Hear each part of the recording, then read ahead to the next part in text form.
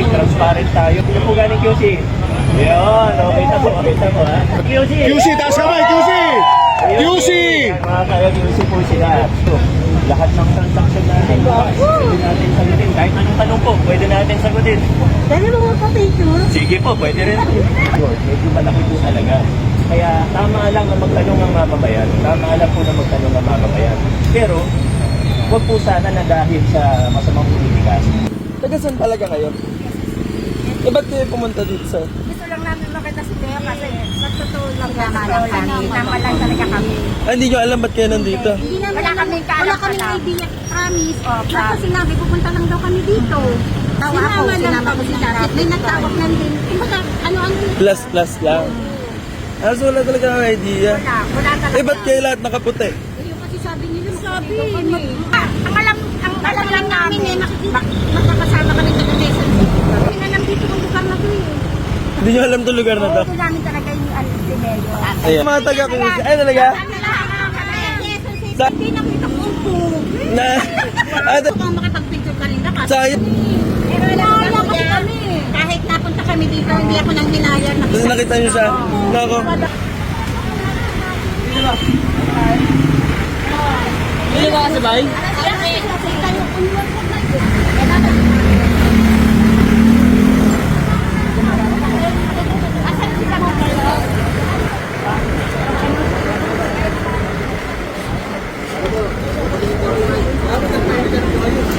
Taga saan kayo, kuya?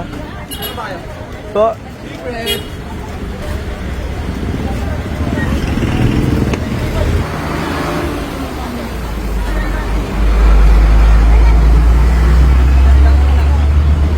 Yung iba, o halos lahat, pero minabuta yung 9 billion.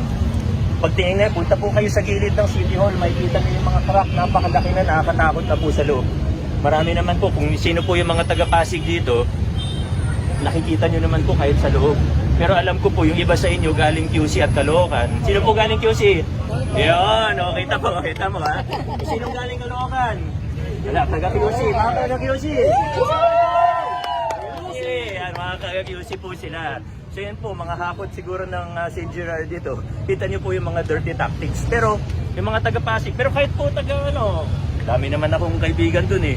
Wala naman po problema kung may tanong po kayo. Willing po ako kasi bukas tayo. Sa totoo, gusto ko nga po nagtatanong mga tao, ibig sabihin may pakialam sila. Pag hindi nagtatanong, ibig sabihin walang pakialam. Diba? So malaki po talaga ito. Yung project natin na City Hall, medyo malaki po talaga. Kaya tama lang na magtanong ang mamamayan. Tama lang po na magtanong ang mamamayan. Pero, wag po sana na dahil sa masamang politika. Okay lang magtanong kung totoo yung tanong.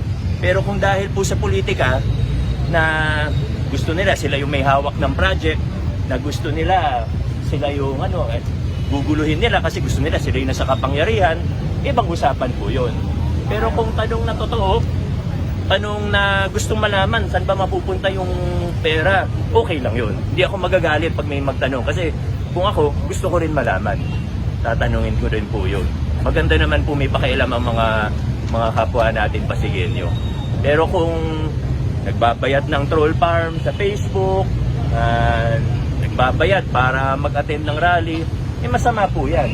Diba? Hindi po maganda yan. Tanong, ba't kagagastos ng ganun kalaki para sa ganun? So,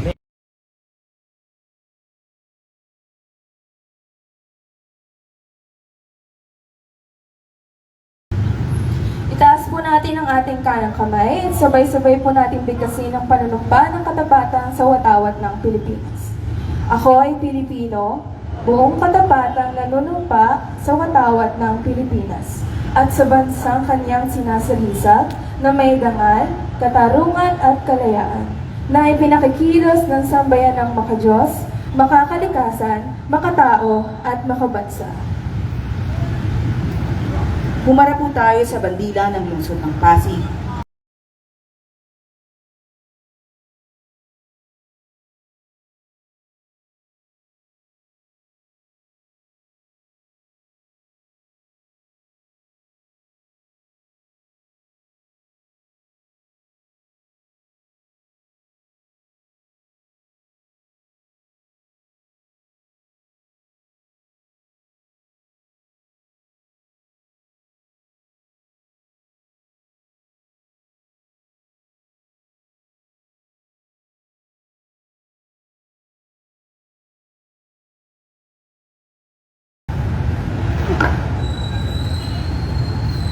Taas po natin muli ang ating kanang kamay para sa pananampanan ng lingkod bayan.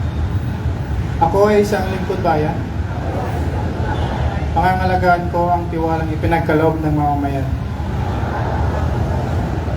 Maglilingkod ako ng may malasakit, katapatan, at kahusayan na walang kinikilingan. Magiging mabuting halimbawa ko at magbibigay ng pag-asa at inspirasyon sa aking kapwa-lingkod bayan.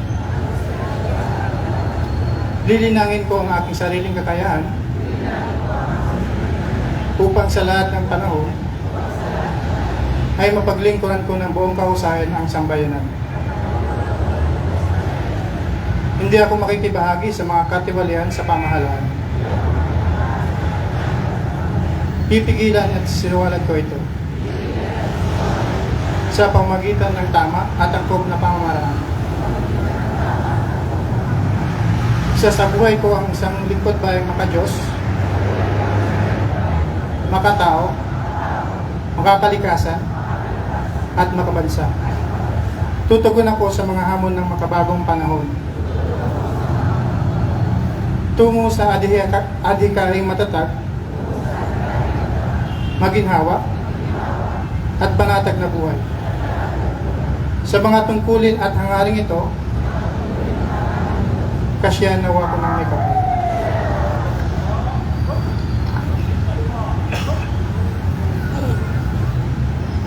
Ngayon po ay ginugunita natin ang mga sumusunod.